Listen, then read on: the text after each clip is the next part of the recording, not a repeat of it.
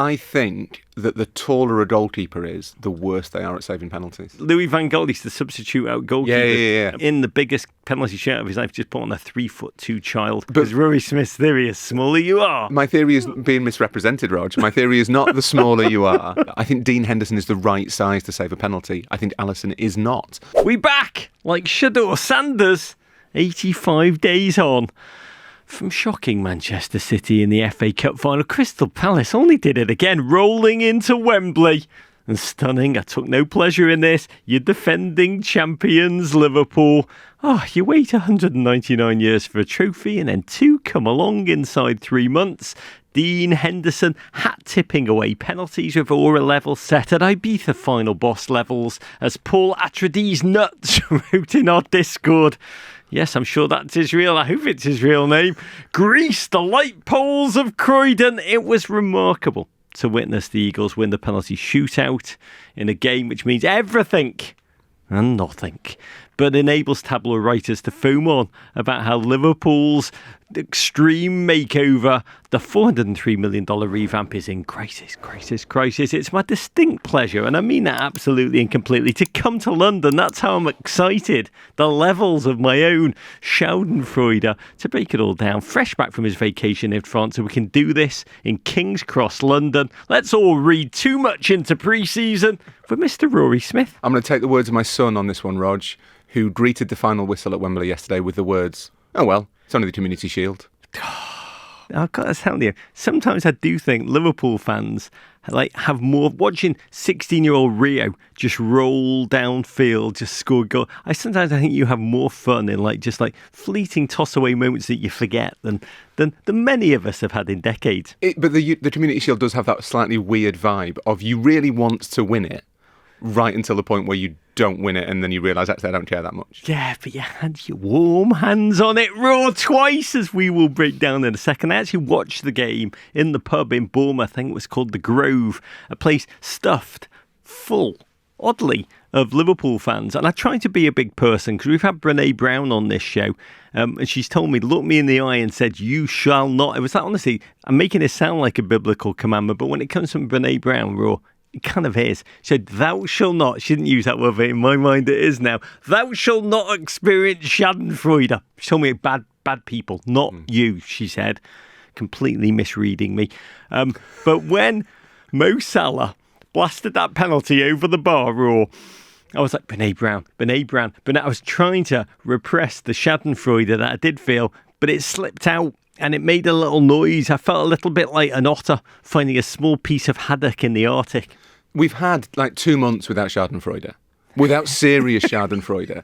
Does the Club World Cup Schadenfreude wasn't real Schadenfreude, it was artificial. Yeah. The title race was finished in April. Phony wars. We've not had proper Schadenfreude for months, Rog. We're missing it. That's what makes football so glorious. Does it build up in stockpiles, do you think? There's this sort of surfeit of Schadenfreude just spilling out of people. God. I think we should acknowledge that. Let it rain! Bring back the football. Bring back the Premier League. Let the Schadenfreude overspill. If not you, Brené Brown, and I didn't just say that. You know what? The cardinal rule of this show, and there's not that many, is do not read too much into pre-season. We will read so very much into pre-season in just one moment. We'll also touch on all the big storylines at Arsenal, Manchester United, Newcastle, and I was going to say poor old Everton, raw, but this morning, and I never text Fabrizio Romano, I try and let him do his work. I'll be candid, I've been texting Fabrizio all morning just saying, why don't you just here we go it, because once you've here we go'd it, it's real.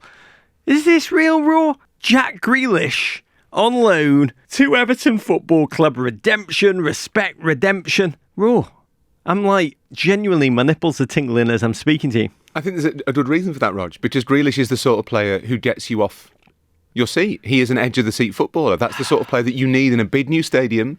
A season that, look, if we're all completely honest, you're a little bit more pessimistic about Everton than I am. But Everton, they're not going to be challenging for the title. What? They're not going to be challenging for Europe. Why would you say that There now? is a season of wonderful, warm, mid-table safety awaiting Point Everton. your arm off for that, mate. But what will lift that what will make it memorable, what make it sort of feel new, is a player like Grealish, someone who is, all right, a little bit erratic, a little bit unreliable. I'm interested. Maybe not the most dedicated professional in every single way. What are you talking about? But he will provide you with moments that you will savour. So I think Grealish to Everton makes a load of sense. He's had options. He got had the chance to move to Turkey, decided his teeth and hair are fine. And he's had an offer from Napoli. He's had an offer on the table for a while from Napoli. Just use Napoli as leverage. Clearly, what he really wanted, which was not. I was about to say which was Goodison Park, but it's not. It's not Goodison Park. No, he didn't want. He didn't even want the big dick. He just wants the big dick. That's what Jack Grealish wants. He's like, that's I don't know if we can broadcast that. Cool. No, we can and we will. Because that was probably part of his negotiate. What can I play at the big dick? Can I just like my farts at the big dick? I'm interested. No, it wasn't that. It was let me answer you this. Napoli, right? Because you got to think about the whole situation, the whole player, the holistic setup. And I think one of his first questions would be like, how good's the chippy scene in Naples? And then he would have been like, what? There's no chippies. No salt and pepper post-game chips. And he's like, ixnay on playing with KDB and the great Ballon d'Or Scott McTominay.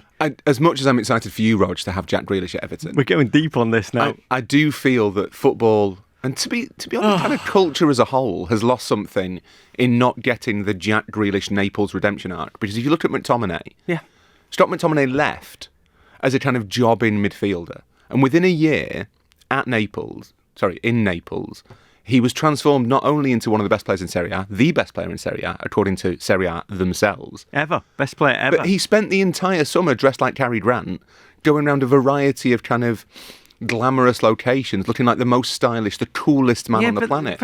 Imagine what Grealish would do. He's already done that. He's been there. He's worn the wife beater in a wheelchair, been pushed out of clubs in Ibiza. When you've lived that life, you don't need to do it more. What you need is to walk in to a fresh situation, a new locker room that needs you, that cries out for you, that wants you. You know, the World Cup chant's still there, according to that great Englishman, Thomas Tuchel. So he's going to walk in a little bit like, I imagine it being a bit like Will Ferrell walking into the kegger in Old School, just whipping his shirt off, being like, lads, who wants some of this? He's just going to be like, within minutes, just a magical old man running around with the impressionable youth that are around him at Everton, just like absolutely whipping his shirt over his head, undies, nude at a kegger. This is an important English football tradition, Jack Grealish at Everton. And it's something we've lost, Rog. This is a vaguely serious point. For a long time, you'll remember this. There were mid-table teams who were kind of upwardly mobile in a way, who had a star player, a player that was worth watching there, that kind of enlivened everything. Better. You had Matt Letizia at Southampton before the CBD oil COVID conspiracy twist came into play. You had Rodney Bowles and Stan Marsh going further back. Georgie Kincladze at Manchester City in the 90s. Mate. It's important for English football that those players... I was in an Uber yesterday going to the airport at JFK with a Georgian taxi driver, and I just said those two words, Giorgio Kincladze, and he had to pull the Uber over and he started crying. And I was like already late for my flight, and then I was like so annoyed I'd done that, and I just left him for a second. I just let him pull himself together. Just have that moment. And he drove at 90 all the way to Terminal 4. But you're right, great players at mid-teams. Yeah, well, it makes the competition more interesting, because there will be games next season if the deal goes through, Rog. Yeah. It's gone to, apparently. Where has it gone through as we're recording? Well, it's gone to, according to my text. So I never do this. I never pursue. I have found myself acting like a small child today. I'm so excited. By the way, Grealish is one of the great guys. I adore him. He has empathy. He's authentic. When he comes on our show, he makes me laugh. He's honest about himself. You were laughing. What do you say about Grealish in Liverpool? I just think that the nightlife of that city will really appeal to Jack Grealish. Liverpool is a great night out. We also Jack have some Grealish great libraries and also a lot of incredible museum. I think the Tate.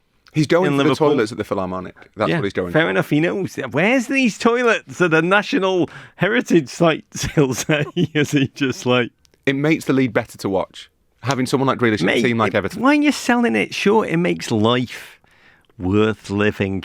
And talking about life worth living, we are over here for our football holiday, which is just a ridiculous 5-day romp around England in which we will interview live face-to-face Mikel Arteta, Pep Guardiola, Virgil van Dijk and more, who thought this was a good idea. All of it presented by our friends at YETI, who have become our great partners at Men in Blazers. And since that, honestly, everything has changed. Genuinely. I'll have like a full-on toupee very soon. I do love their drinkware, their luggage. But even more than that, I'm just grateful that they made it possible for us to be together here, live and in person on National Jack Grealish Day. One more quick note before we dive into the Community Shield. Yes, the most important game of the season.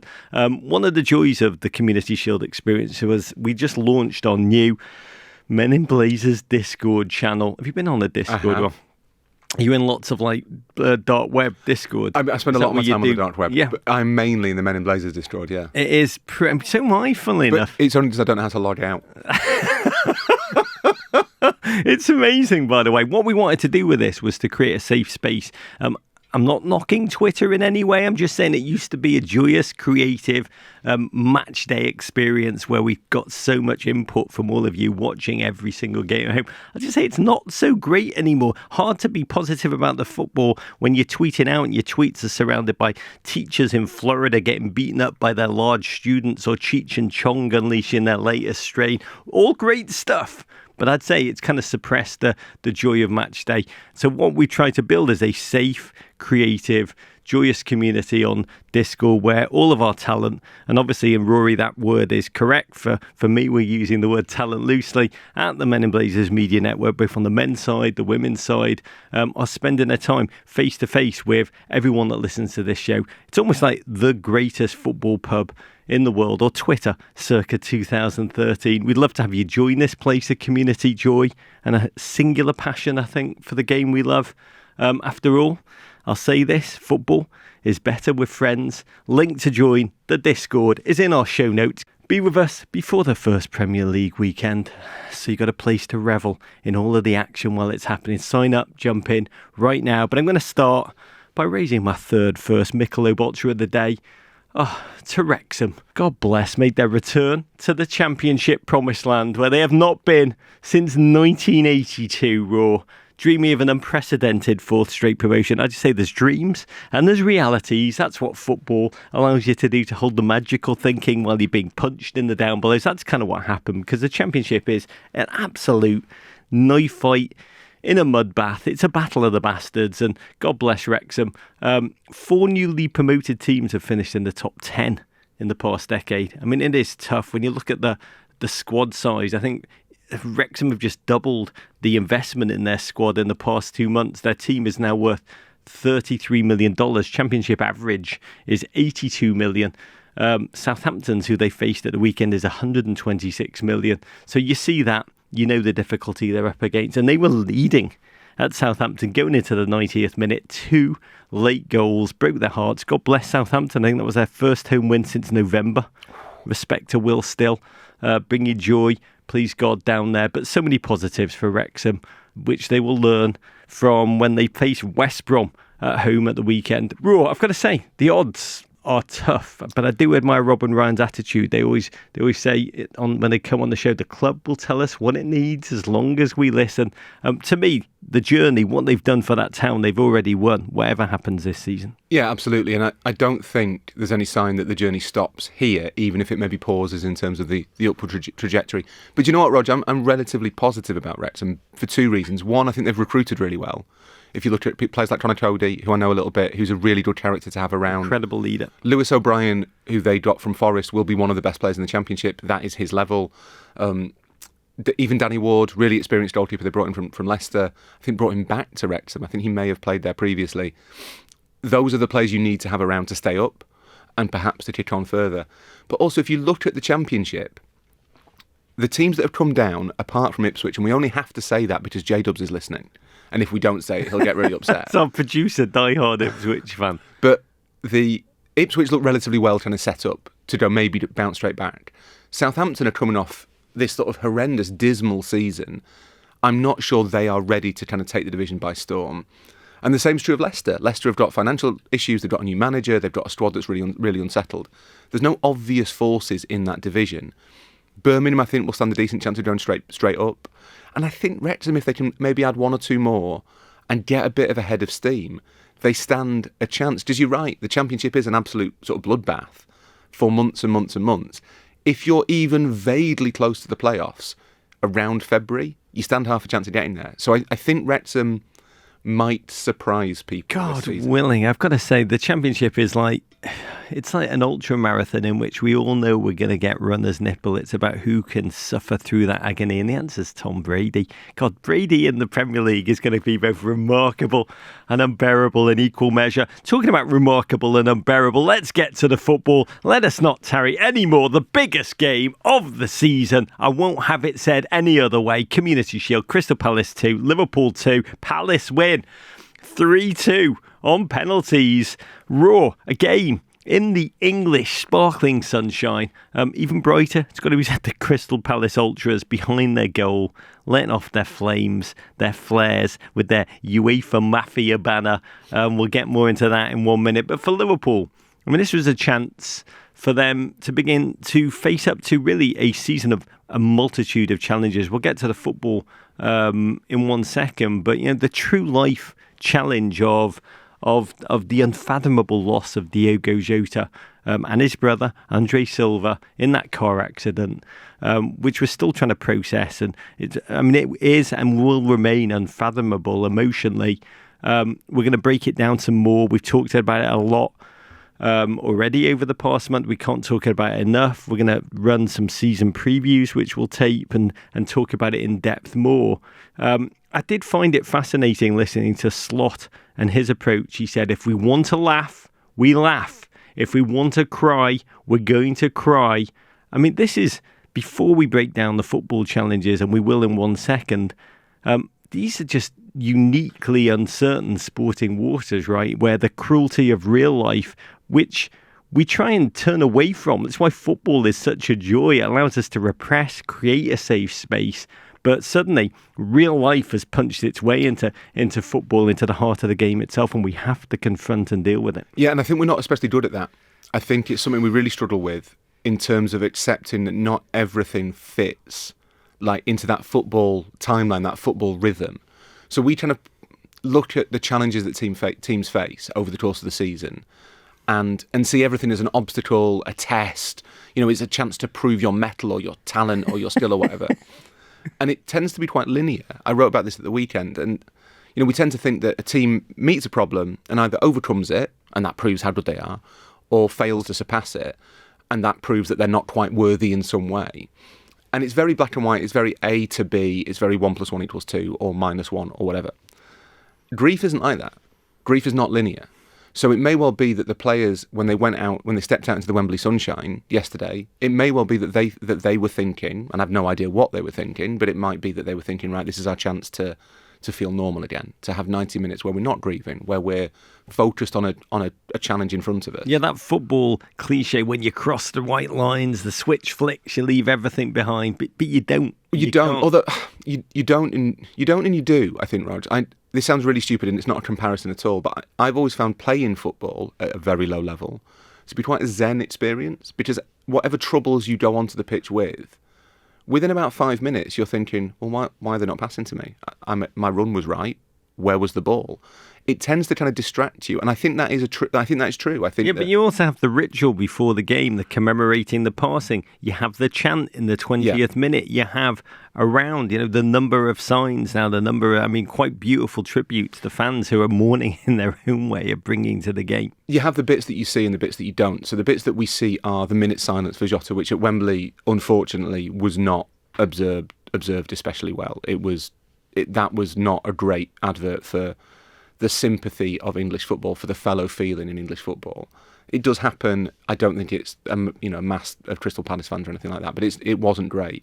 But you also have the fact that in the changing room at Wembley, there will have been a spot where Jota would have been sitting. There will have been. I don't know whether Liverpool have kind of changed around where the players sit, but there will have been a point at which the players looked at it and thought, thinking about this. Jota should have been Keep sitting thinking there. about it, in the Anfield locker room, which they're going to walk into in a live game for the first time on Friday afternoon against Bournemouth. They will walk in and boom. But I mean, it will both hit them very hard. The players that knew and loved and won with Jota. And then there's the new guys who, I mean, I have no idea what their relationships were, which rocked everybody in football, obviously. But like, are trying to fit into a culture, but a culture that's mourning. Yeah. I mean, the level of complexity and the level of the unknown is beyond my ability to really process. And I don't think any of us know how it will go. And this is what I mean. Grief is not linear. So it may well be that for the next few weeks, the players feel okay.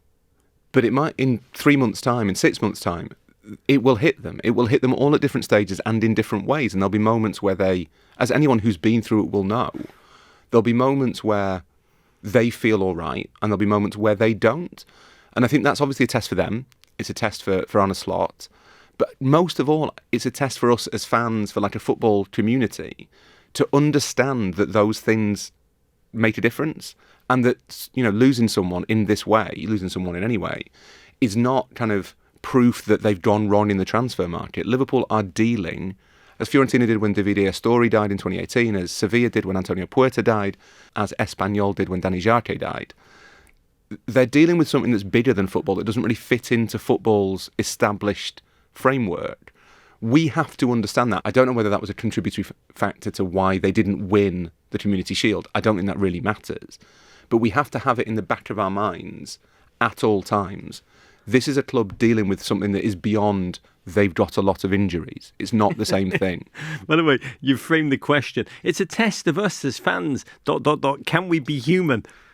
No. And the answer is probably, I can answer that. I was like, probably not. But, you know, this podcast has gone in range from Jack Grealish lighting his farts in the Everton changing rooms to genuinely the human truth that we're all going through or will go through, that grief comes in waves and is, you know, in football where you always control the controllables, that old idiom. It is the ultimate uncontrollable force, which like nobody knows how it's going to be. And on the field, there's challenges for Liverpool too. They've taken a squad that just won the bloody title and added a plethora of new faces, new minds, new tactics, new culture. We have not seen this like really since the Mourinho early Chelsea days, when, you know, new squads would immediately be replenished. Arne came on our show in an interview which we dropped over the weekend on YouTube. And he said, I loved what he said. He said his approach to the season would be the great American coach. He couldn't remember his name, God bless, but he meant Vince Lombardi. I thought he meant Bruce Arena for a second, but no.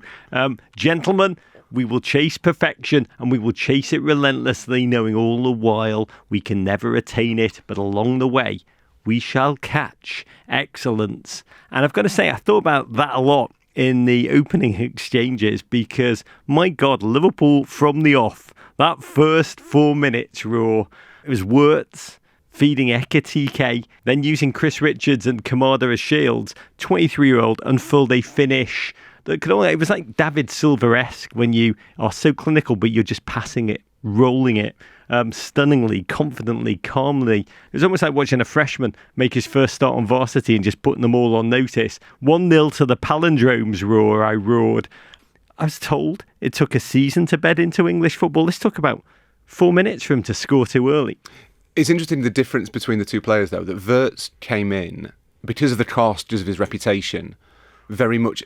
I think as a fan watching that, you're thinking, well, I want to see every single touch be incredibly special. I'm expecting kind of Wirtz to be, you know, oven baked, oven fresh, ready to go straight away. That's the pressure you're under as the most expensive player in English history.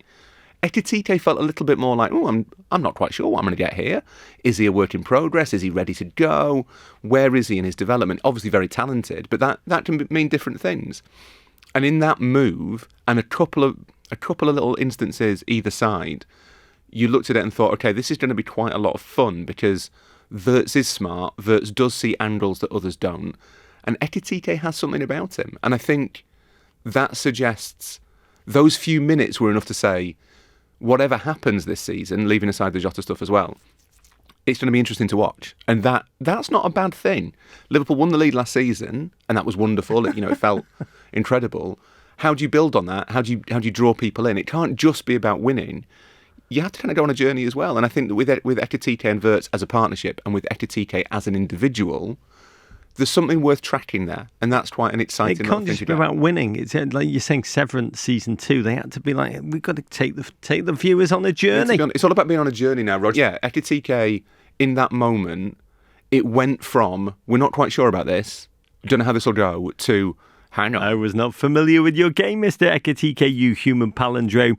I will say, it was ecstatic. It was remarkable. I felt such a deep sorrow for Crystal Palace in that moment. I mean, that first 5 minutes of football, in which I think they had 18% possession, they could barely, never mind possess it, they couldn't get out their own half. You were watching professional footballers just belt the ball downfield like NHL stars, just helplessly icing the ball. I felt very dark for them. 85 days ago, winning a trophy, the biggest players rumoured to be leaving, the manager making noises about going if they go, being, the great Europa League journey which they were promised, possibly, depending on the appeal. The appeals happened, they've not got in. Conference League. My God, such bastards, man. Having that Europa League journey, which they work so bloody hard to make a yearning, a dream real, ripped from their hands and being, almost made an example of, in a way that other clubs have not been, by being flung down into the Conference League, which I hope, by the way, they go and win. I just felt like that euphoria burning off. It all felt a bit dark, and I was watching this Liverpool in which there were 4 new signings on the field. I mean, it wasn't just Wirtz and Ekitike. You had Gyökeres, you had Frimpong. Again, why are they not taking time to bed in? How are they purring? How are they flicking the ball around so ensuingly? There was a flick by Ekitike near midfield to release Salah that was honestly better than any of the goals. Yeah. I think that Everton scored last season. It was better than most of the goals that anyone scored last season. It was a real moment. And you had it throughout the game where you saw what this Liverpool could be. And you realised, obviously, going in, you knew it would be a work in progress. You know there's certain unalterable truths about football. And one of them is that when you have lots of new players, it takes a bit of time to get used to each other. But you saw in that moment in particular, and there were a couple, certainly in the second half, early in the second half, where you thought, this feels and looks different to last season. I can see just glimmers of what Slot might want his second version of Liverpool to be. By the way, I love how positive you are, that you're focusing completely on the optimistic flickers and not because we also saw some of the works in progress aspects, which I will dwell on in great depth. Do not worry, fellow haters. God bless football. You talk about football truths. I think the greatest truth, and the thing I love most about football, is it makes fools out of each and every one of us. Palace, I think they won just one of their last 16 meetings and lost 12 against Liverpool. But form be gone. Suddenly they countered. Mateta charging through the gut, stopped by Alisson quite excellently, but the Palace came again, saw a cut inside their gut. Virgil brought him down ever so softly, and up stepped the great Jean-Philippe Mateta, a gent who once admitted, I have supported Liverpool all of my life. The penalty roar, I've got to say, that technique was utterly exquisite. The planting foot on a penalty is often, a lot of keepers say, it's a tell. Wherever it points is where the ball's going to go. When you look at Mateta's technique, he's learned how to almost point his planting foot straight and then swing his kicking foot last second. He almost dislocates his own hips, so both feet are almost operating independently as he did so. It's just like hip dark arts. Do you want to hear a theory, Rog? Are we ready for a theory this time? The first theory of the season. I'm always ready, baby. I think that the taller a goalkeeper is, the worse they are at saving penalties. That's why Pickford's so just tiny Pickford. We're giving the ending away here. There's a bit of a spoiler. I think Dean Henderson is the right size to save a penalty. I think Alisson is not. So yeah, Mateta does. By the way, I think that's just BS. I think you're diminishing the power of the hat in that analysis. You're diminishing the hat. But we're jumping ahead.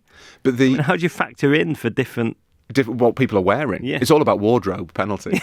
That's so amazing. Just like of Groucho Marx. Like, why does the goalkeeper in a penalty not just be like, you know what? I'm going to put on the Groucho Marx nose, moustache, glasses. Just, unironically stand there. What I would say about Mateta's penalty in open play, or during the game, not in the shootout, I think if Alisson waits, he saves it. Because I don't think it's that good a penalty. It's not in the corner, it's not high, it's not low, it's not a brilliant penalty. He disguises, as you say, the way it's going. That's one of the more ridiculous things you've ever said. If he waits. The genius of the penalty is that it's sending signals to the goalkeeper. The player is in complete control of the goalkeeper with that penalty. I could say that about any penalty. If he dived really far to the right, he would have saved it. If he'd sprung into the far corner with just like Olympian speed, he would have saved it. That's the genius of the Mateta hip dislocation. I am famously not an elite goalkeeper, Rog. Yes, but it is I'm worried about you under-7 coaching in this moment, mate. I don't do the goalkeeping. Under-7s can't. The problem with under-7 goalkeeping is that players walk right up to the goal and then kick it as hard as they can, and you can't stop that. Yeah, but they're all tiny. They should, by your philosophy, be incredible penalty savers. No, I think there's an ideal height. 3'2". Oh, can't be beat. That'd be amazing. There is an ideal height. In the world, like Louis van Gaal used to substitute out goalkeepers. Yeah. By the way, if he just like in the biggest penalty shot of his life, just put on a 3'2" child. Because Rory Smith's theory is smaller you are. My theory is being misrepresented, Rog. My theory is not the smaller you are. I think there is an ideal height. The Van Gaal's switching out of goalkeepers was purely psychological. Yeah. He'd put on a worse goalkeeper, and everyone else would think, oh, this guy must be good at saving penalties. It was a trick. All penalties are mental, and it's a test for the goalkeeper. Still think my Groucho Marx idea is just amazing. Just stand still for as long as you can. If they're going to put it in a corner, you're not going to save it anyway. And I think Alisson goes too early on that penalty, because if you look at it, it's not in the corner. Mateta, dark arts, hip work, respect. Liverpool, though, tenacious, took that on the chin. 20th minute, while their fans were applauding the memory of Diogo Jota, they just rolled downfield. Szoboszlai, artfully, it has to be said, freeing another debutant, Frimpong.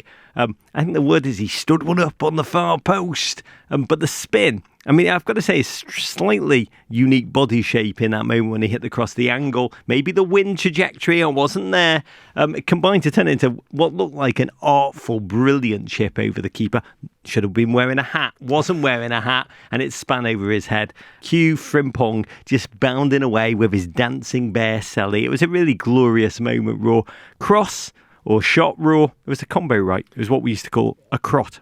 It was a cross, I think. And I'm not quite sure how the spin happened. It was described on the TV in England as being a kind of really unusual, unique goal. But that happens relatively often. Like a player gets a cross slightly wrong, the goalkeeper just happens to be stood in the one exact place that means they're kind of caught out. You say it a few times a season. I think English commentators have to say that now. After the World Cup in which Ronaldinho did semen. But that wasn't a cross. No, he meant it. He meant it 100%. So after that, commentators no longer trust their judgment. So they always leave a little wiggle room. They don't want to be. Everyone remembers that dickhead who was like, "Oh, unlucky for semen." Like genuinely, I do notice more commentators will hedge in those moments, especially if it's a foreign player. They'll think, "It's not one of ours." One of these foreign players with their trickery. No, I think it's a cross. It looks like he's aiming towards Cody Gakpo, I think, on the far post, and it just happens to get that slight spin which carries it into the far corner. Timing of the goal, 20 minutes, 20 seconds, so unbelievably beautiful and fitting. Sometimes football is just greater than anything you could write or conjure. I think it was sincerely moving for every Liverpool fan that I know, and I think the season is going to be full of these kind of moments. Palace were game. Will Hughes quickly flinging himself into battle, going redder and redder and redder in the sun. But with so few new players incoming, the quality gap in that first half, Raw, it did seem completely evident. We've got to talk about Florian Wirtz in this debut, particularly in the first half. What did you see? To take a midfield, and I talked to Slot about this, that had just won the bloody league, and be like, I'm going to add this crazy wizard filth to it. He seems so unbelievably intelligent, positionally astute. His work ethic out of possession is always at an 11th. Yeah, there's a lot of positive signs with Wirtz. I think it was a really encouraging first performance, just because of the intelligence of the passes that he plays. I don't think Liverpool had a player like that last season. I don't think they've had a player like that for a while, and I'm not sure. De Bruyne is a slightly different case.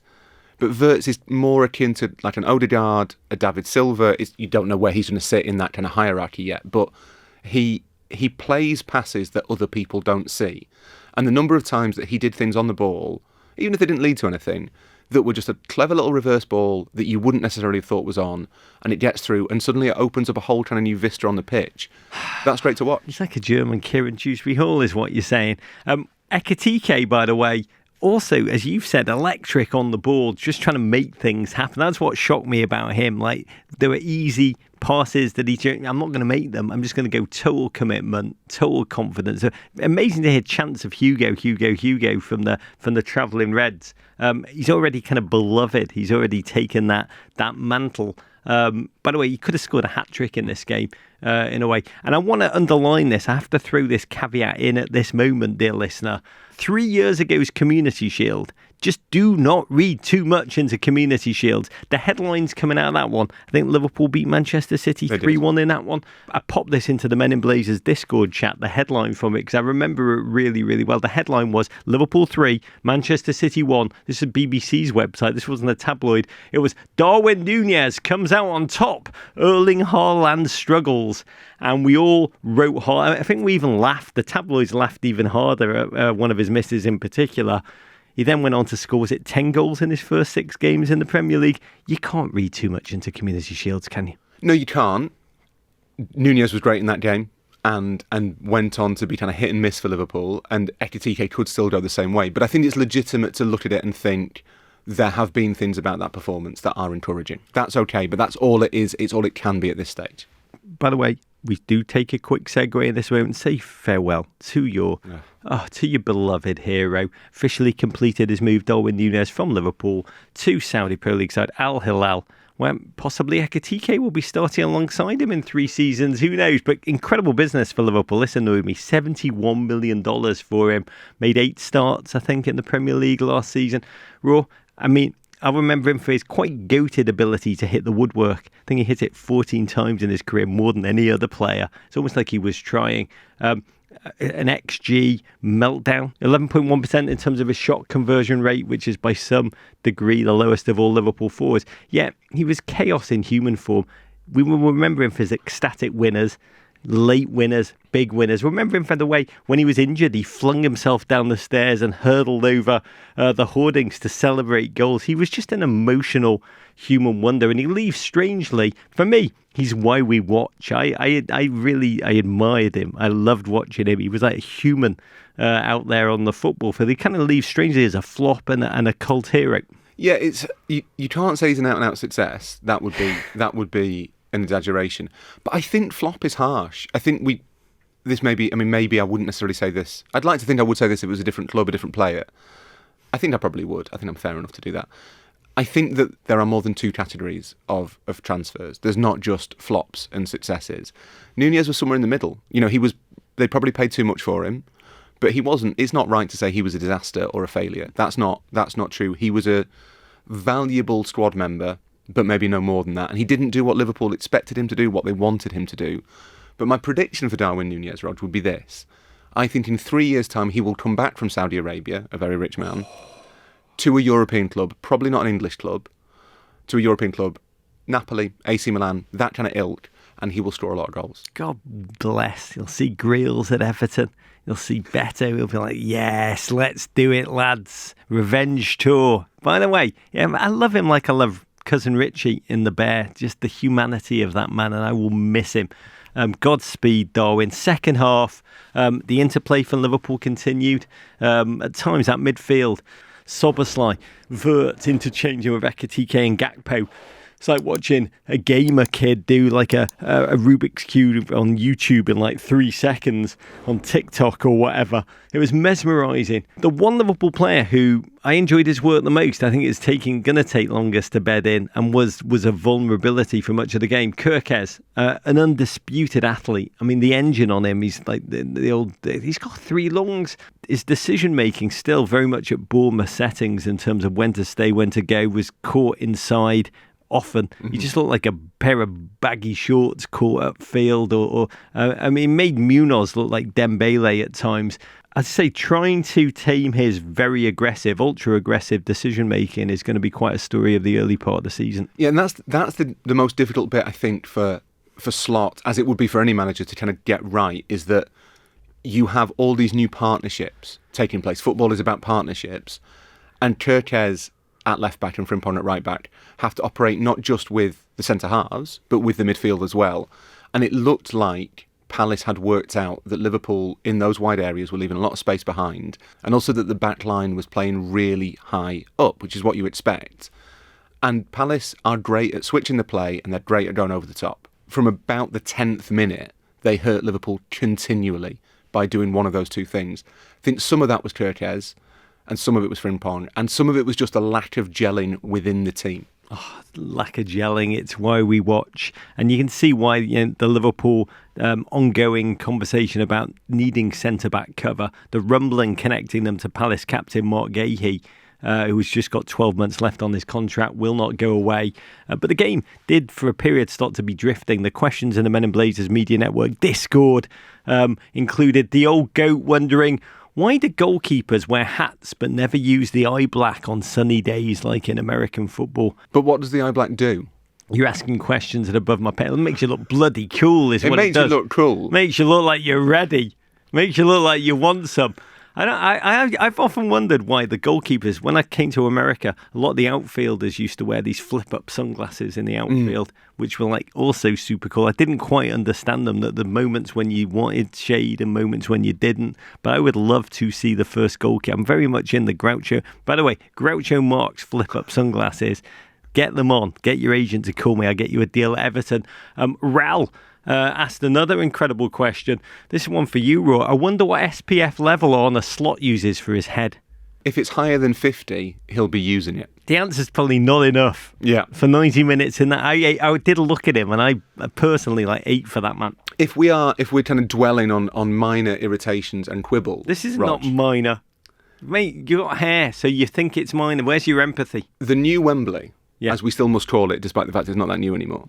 The new Wembley cost an awful lot of money. Yeah. Hundreds and hundreds of millions of pounds. Hundreds and hundreds of millions of dollars.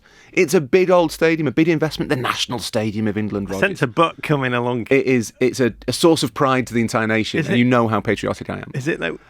Why on earth would you build it so that half the pitch is in shade and half the pitch is in sunshine? To spite the bald man. At 3 o'clock. To spite the bald man. The last, other than gingers, we're kind of the last unprotected minority. It really annoys me. It didn't happen with the old Wembley, Rog. Did it not? Nope. We should never have moved.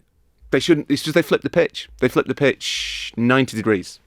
Mate, I've got to tell you, the answer to the question about this, whatever he was wearing, it was not enough. That is genuinely one of the great fears. If you want to have some on a slot ball conversation, which he sprung on me at the end, very interesting. I did ask him I asked him a sincere question at the end of that interview. What would it be like to have your big kind of beautiful head on the end of that great Liverpool banner of their biblical lineage of great managers? And what he does in those moments, I realise I'm annoyed at myself. He does a little Dutch joke. Right, if you want to try and get something emotionally profound and he doesn't want to go there, he doesn't like to put himself in that lineage. So instead he did ball bits with me. What did he say? He said, you're not going to say, I thought you were going to say that I'm a bald man. Like when he said big, beautiful head, bald. And then he said, you and I look the same, moving me away from the conversation. Yeah. I said, you could be my son, Anna. He's like, it's like looking in the mirror. I was like, in my head, I'm like, really? You're a very handsome man, Anna. But I didn't say that. I tried to get him back to the flight, but he doesn't want to go there. Doesn't want to go there. He did ball bits with me. Talking about another man that I was worried about in the sun, Will Hughes, he really did bloody change the game ultimately. That man gets no respect. He harried Gakpo into coughing up the ball. Adam Wharton, that ball he played into space, my God. Again, another player I don't think that gets enough bloody credit that we almost take for. It was instinctive. It was sensual. It was the tender touch of an experienced lover. It looked like he'd been trained in La Masia. It was ecstatic. I woke up this morning, I felt exhausted. To get myself in the mood, I watched that pass over and over and over. He freed Sar, Van Dijk charging out to try and catch him offside, I think. And so he just rambled into what Kenny Loggins calls the danger zone. Called Banks, slapped it off the post and in. Raw, levels of gobsmacked for you. How rocked I feel like Piers Morgan as I'm saying this because we're in studio and I'm like back. How rocked were you on the couch? You need to point your finger at the table. Is that what he does? Yeah. How rocked were you? Give me some pleasure in your misery. Not rocked in the slightest because it was really obvious it was coming. Palace deserved it. By the hour mark, Liverpool had a couple of chances early on in the second half. Ekitike particularly maybe could have done better once or twice. But after about an hour, Palace were the better team. They, as you say, I think Hughes was really important in terms of the combativity. Sarr looked really dangerous throughout. Munoz always in space. They had that kind of switch on. It did drift for a little bit, but Palace were the better side in the drifting. And so by the time they equalised, you kind of looked at it and thought, well, yeah, this is about right. It feels like a 2-2 draw at the moment. I think there are reasons for that, some of them to do with Liverpool. One is, we talked about the Jota sort of emotional impact. There's also a physical impact. Liverpool's pre-season was delayed. They staggered the players to come back to try and allow them a little bit of time and space. I don't think Liverpool are physically where they would ordinarily want to be. I think they lost a lot of direction when Ekitike went off. It didn't seem as though they had an outlet at all. They didn't seem to have an attacking plan. They weren't pushing Palace back. I think the other thing that will be missed a little bit in the coverage, there were 4 new players on the pitch, Rog, but there was also an entirely new central midfield partnership. Gravenberch was absent because of the birth of his child, which is very nice. Alexis McAllister's still not quite fit. They're managing his minutes. He did come on. But Szoboszlai and Jones, both established squad members, but not a midfield partnership. And I think that, more than Liverpool's defence, was the issue. There wasn't the cover in midfield. It reminded me a lot of the Klopp team in 22-23 when the midfield just stopped pressing. They ran out of the Fabinho-Henderson midfield, just ran out of legs, and all of a sudden Liverpool were exposed constantly. My favourite Liverpool midfields all the time, that one. But and I think the other thing that's really important to say is Palace, they kind of found the openings, they found the bruises, and they just punched them repeatedly, and eventually it paid off. So I was disappointed they conceded, obviously, but I wasn't surprised. Just by that stage, Palace deserved it. Palace were relentless. Yeah. Palace were deeply organised. Palace had an idea of football. That idea of football started to work on repeat, and every time they took possession at the halfway line, you were like, this is interesting. It was remarkable to watch, and a huge tribute to Oliver Glasner. The way he thinks about football, he's been linked to Tottenham job, he's been linked to Bayern Munich, oddly. He's been loyal thus far. What was fascinating to me was just how much he wanted this game. His emotions on this, after all they've been through, being screwed out of the Europa. This was just the community shield to him. He was living and dying, and I kind of loved it. But even if he had gone in thinking with that weird kind of duality that you have around the community shield, which is that it is an honour, it is the sort of thing that a lot of clubs count in terms of their overall kind of trophy hauls, but it's also a friendly. There is that duality, but as soon as he stepped out into Wembley and he saw the Palace fans, he would have known this is not a friendly. They are amazing. The Palace fans are one of the best things about the Premier League at the moment. The UEFA Mafia display was incredible, but the noise, the joy, the kind of passion that they bring, which is really un-English. They are by far the most European fans in England. I think that would have made it clear to their players, no, this is not a friendly.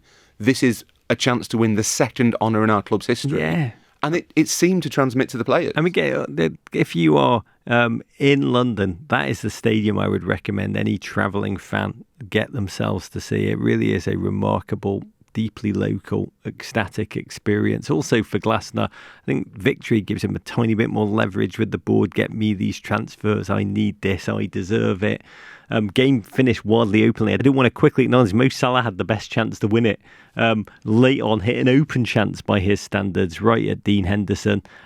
Raw, just the denial of that ability to rip off his shirt and show us all his summer tan. I mean, that was almost restraint. Yeah, Salah wasn't great on Sunday. I think that's fair to say. He seemed a little bit kind of peripheral in the first half, which may have just been because of the way that Liverpool were attacking down the left. And second half, he looked a little bit rusty, and obviously that came to the fore just after the final whistle when he had to take a penalty. I'm sure that ring rust will wear off and that Mo Salah will come back. But obviously it's football, Rog, so we have to write him off immediately based on 90 quiet minutes. God, you know what I mean? If we can't don't take away our knee-jerk condemnations. It's why we watch Raw. We also watch for the penalty shootouts. Why do we play football? Why don't we just go to penalties? This one, it was headband against baseball, cap, which obviously felt in the moment as if it would go down to which goalkeeper could find the other goalkeeper's penalty instructions on their bottle and just toss it Hannah Hampton style into the fans. I did love how Dean Henderson secreted his bottle in a towel, thinking they'll never look in here. Whereas, God bless, Mo Salah stepped up, skied it. 2 penalties hit over the bar by Mo. I think inside a week, Mateta did his foot placement swingy thing. Oh, if only Alisson had read that one rule. That one was a better penalty. Mateta got it right the second time. Very gracious of you. McAllister seemed to take forever to place the ball down, too long. He went right. Dean Henderson was down to parry, and then hat-tipped. I mean, an instantly iconic image. I can hear, we're in King's Cross, I can hear across the river in South London the tifo makers sewing away that, you tip our hat to us, we tip our hat to you, Hendo. That was really a beautiful moment. It was a very, very memeable moment, and it was brilliant that he did it. And obviously after the game, Rog, he stopped by a pub and put a grand... He's an amazing man. It was a bold... But also, if you're a penalty taker, you got Hendo believes in us, because ultimately put his head on the chopping block. If Liverpool went on to win, Alisson, Reggie Miller once did that against the Bulls in a close game. He mined that the game was over. The Bulls actually came back last second to win it, and I think it was Scottie Pippen, if I remember, did the same action back. Part of me was like, God, if Liverpool win now, Alisson will take off his little head string and mock him in his face. But it gives... The penalty shootout is all about confidence. Psychologists who study it, down to the minute, the player that celebrates with the home fans gives an increased percentage of the players who follow him of thinking that they too can score. To see your goalkeeper locked in that moment, pulling it off is just remarkable. Gakpo converted, Sarr, sensational. Harvey Elliott, again, took forever to put the ball down, which is basic technique. When I say basic, we've all read the same psychologist manual on this stuff. Iced himself, missed. Sosa then did the same. Szoboszlai converted, up step. Young Northern Irish international, Justin Devaney, 21 years of age. I'd say many expected him to be overruled by the moment. The way you're smiling, I'm wondering what you were going to. I've got to say, it's an exquisite penalty. He lashed it home, walked off shrugging like Michael Jordan. Palace win 3-2 on penalties. You've already said it. They deserved it, Raw. Liverpool lost control of that game the longer it went on.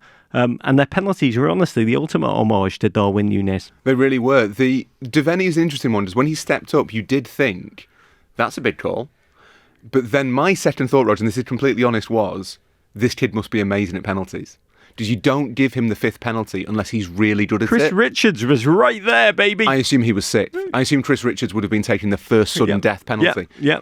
I've got you guys. If you've given your 21-year-old kid a substitute the 5th penalty, it's because they're really good at it. Yeah, this is reversed. This is like Monday morning quarterbacking. This is us projecting after he did that.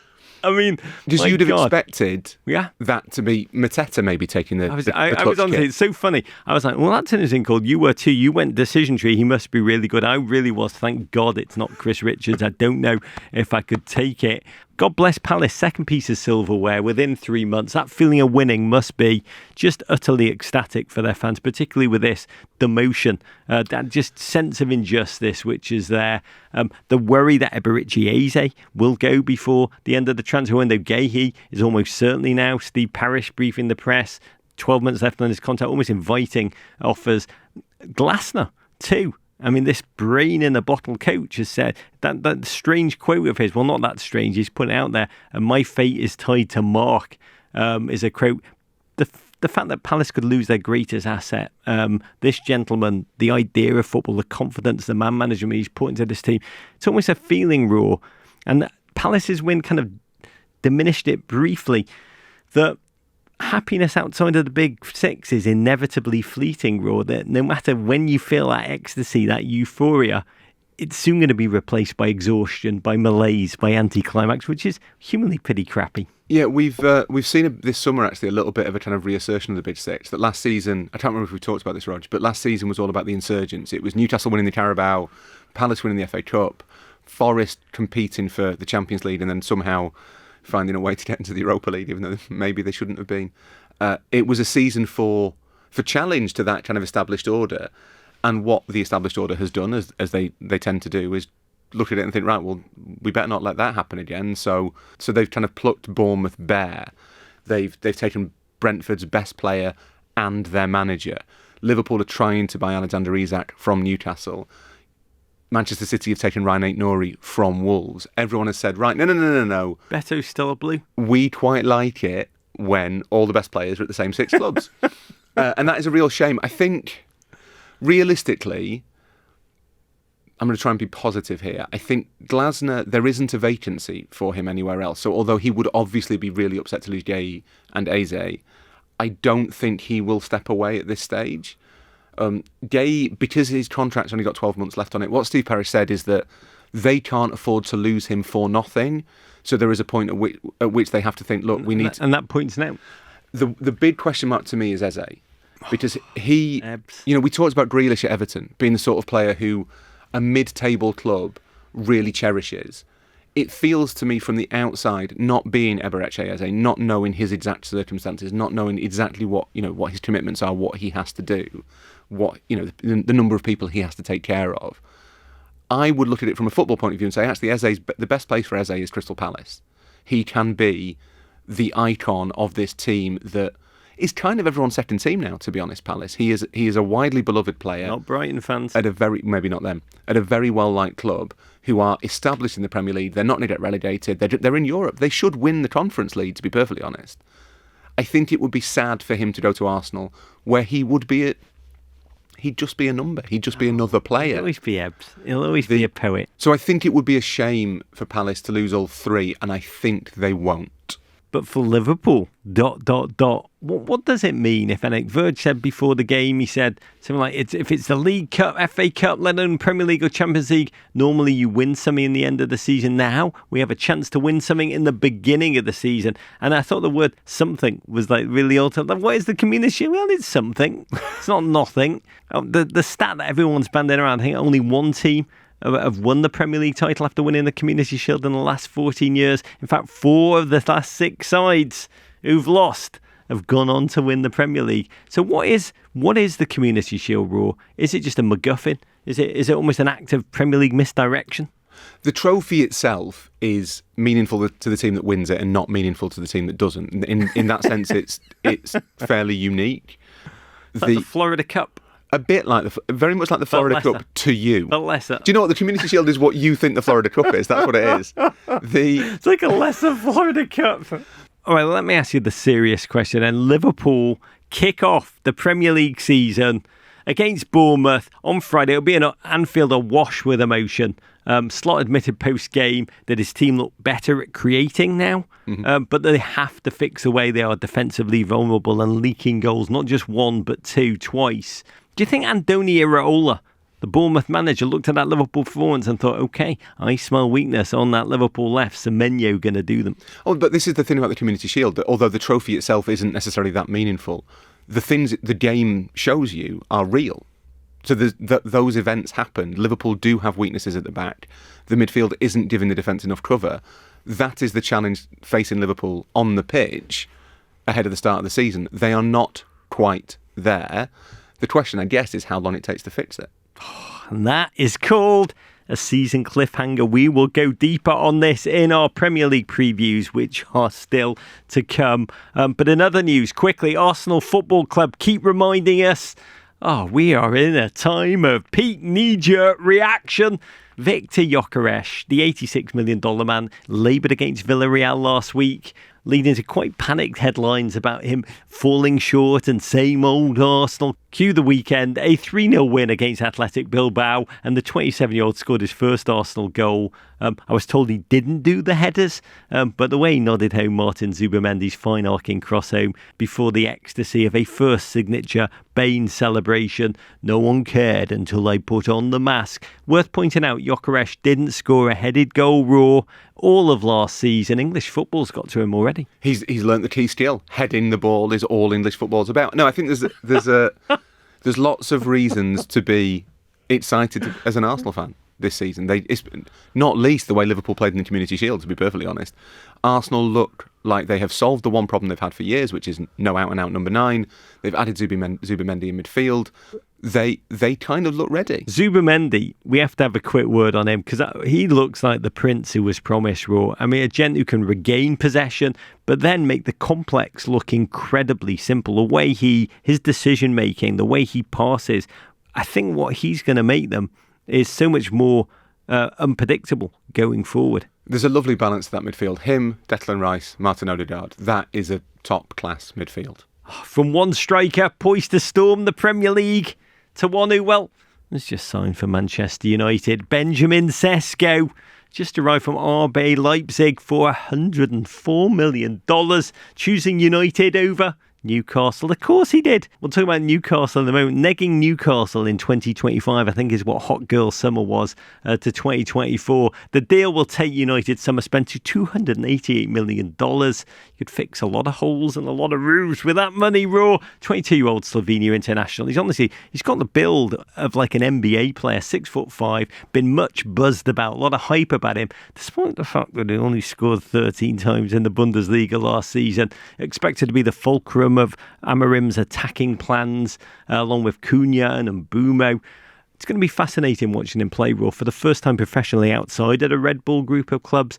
But it is a lot of money for a gent who was not exactly burning up the Bundesliga. For those who haven't watched him, what do we have in store for him in Ruben Amorim's beloved 3-4-3? What's interesting about Šeško is that lots and lots of clubs looked at him who needed strikers this season, Arsenal and Liverpool amongst them, and they all passed.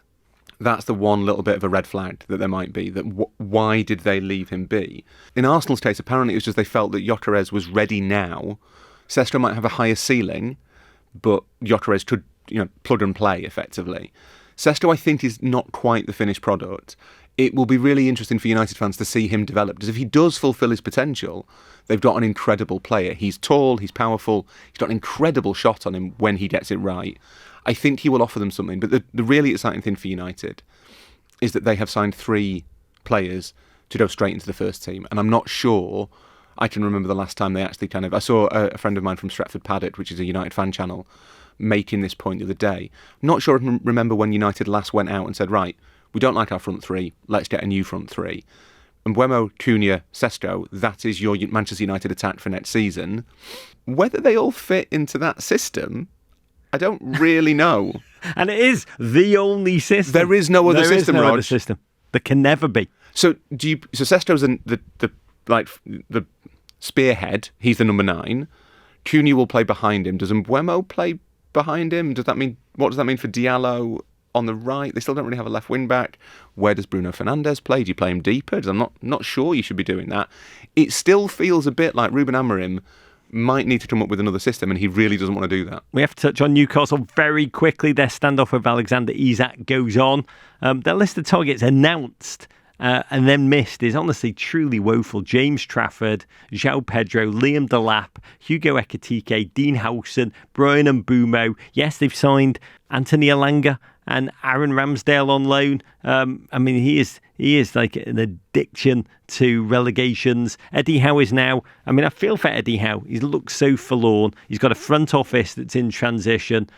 He said this week that he, quote, doesn't know what the future holds. In May, Newcastle parted company with their former sporting director, Paul Mitchell. He'd been there like a minute. And without him, the targets have been what one would expect. It is fascinating. They've been gazumped almost at every single stop. And we've talked about the challenges of geography, that players don't want to move north of the wall. We've talked about, they have a reputation. Fabrizio made this point when he came on the show. They have a reputation for not wanting to sell young talent. So young talent is not ready to kind of stop off there. But this is a humiliating summer in which they have Champions League football. They got the Carabao glory that's kind of worn off. I'm fascinated why some teams, Brighton, Liverpool, for different reasons, are very good at getting deals done over the line. And others, like Newcastle, are just so self-soiling.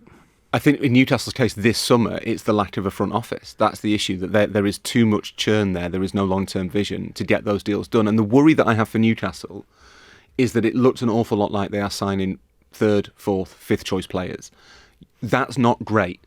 One of the lessons of Liverpool, and I'm sorry to cite them, Rog, is that if the right player's not there, just don't sign anybody. Keep your powder dry until the right player is available. I think if you look at the strikers Newcastle have gone for, you can make a case that they are all kind of much of a muchness. Would you rather have João Pedro or Šeško? Similar, really. You can make a case for either. Similar with Liam Delap. It would all make sense. I think Johan Wissa is a smart buy for Newcastle if they can get that over the line. But my worry is that they're looking at this thinking, we just have to sign somebody. And if you're thinking that, you're much more likely to make a mistake. I love your theory, the baseball theory. Sometimes the best trades are the ones you don't make. Exactly. In which case, Newcastle have done a lot of them this off-season. It's going to go amazing. They are said to covet Johan Wissa of Brentford, but he's also connected to Liverpool. So it goes. They continue to be linked to Nicholas Jackson. Lots of lols because if they signed him, he'd miss the first game due to a red card he got playing against Newcastle last season, which is just too luck at the moment. Very, very quickly, Everton Football Club, historic day this weekend, final test event of our new Hill Dickinson Stadium on the banks of the River Mersey. Full capacity crowd for the first time. It's incredibly emotional, to be honest. Chris Beasley in the Echo wrote, depending on where you want to start, this was a day either 4 years, 9 years, or even 133 years in the making for Everton on the banks of the Mersey.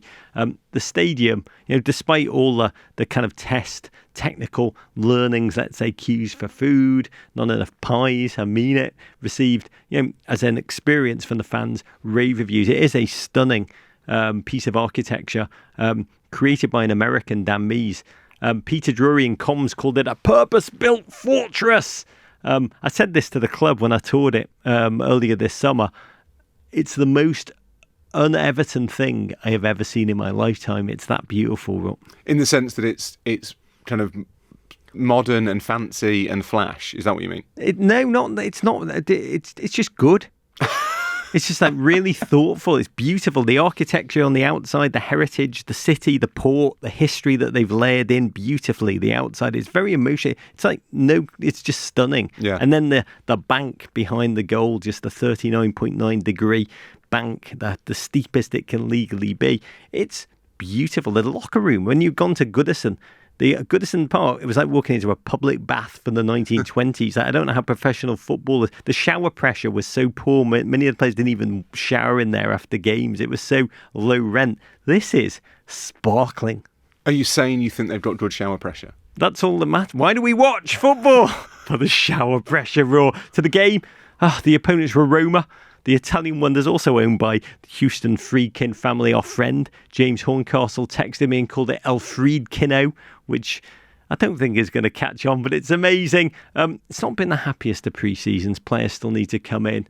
Jack Grealish coming. Kieran Dewsbury-Hall, he actually purred. I think he's going to be the stealth great signing of the season. We look slow. I think we only won one pre-season game, and that was behind closed doors against mighty third-tier Port Vale. We lost this one. 1-0. At JD Knowlton tweeted, few boos at the end of the Everton-Roma friendly. Good to see some traditions being kept alive at the new stadium. Would it not be the Corolico? Is that not the better? Does that the Friedkin's money's in Toyota, right? They're the Toyota. It's yeah, the we all drive Toyotas now. The Southwest Premier Toyota dealership. So the Corolico, there must be something. Horncastle's let himself down there. Has he really? Yeah. Friedkin is just rubbish. I love a Sienna. It's a great economy, fuel, etc., whatever the words are. I don't know a lot about cars. Let's be positive, Blues fans. I've got to say, the big dick is so mega. And apart from the early kinks in the match day experience, the mood, what I realise is inextricably going to be connected to the football. We can only pray. But I did read this quote from Dostoevsky this week. Pain and suffering are inevitable for persons of broad awareness and depth of heart. The truly great are, in my view, always bound to feel a great sense of sadness during their time on earth. I found that strangely liberating.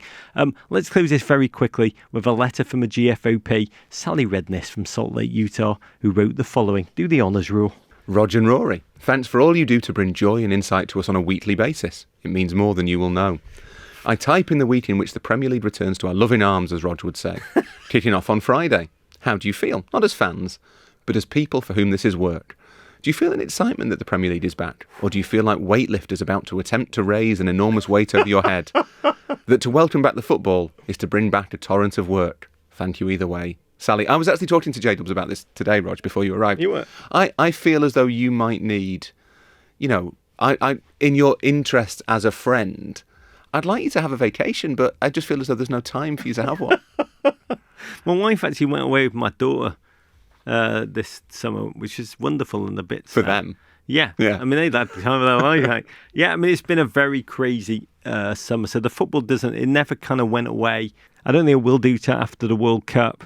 I mean, I'm fascinated by your answer because I had a mate of mine who worked at Everton, not under this ownership, but about 10 years ago. Childhood blue. And he left pretty quickly. He said the greatest way to hate Everton is to actually work there. And what he meant was something changes when you actually work in it rather than just pursue it as a fan. The hobby, the greed of the business, whatever. How do you experience it? I still have that childlike excitement at the start of a season. Like, I am looking forward to the season starting. I was really up for the Community Shield. I wanted to watch it, and that diminishes over the course of the year. Like, there comes a point around like March where I'm really struggling to care. And then you kind of pick yourself back up because all the games suddenly mean so much. Periodisation. You've got major finals, and the occasion kind of brings you through.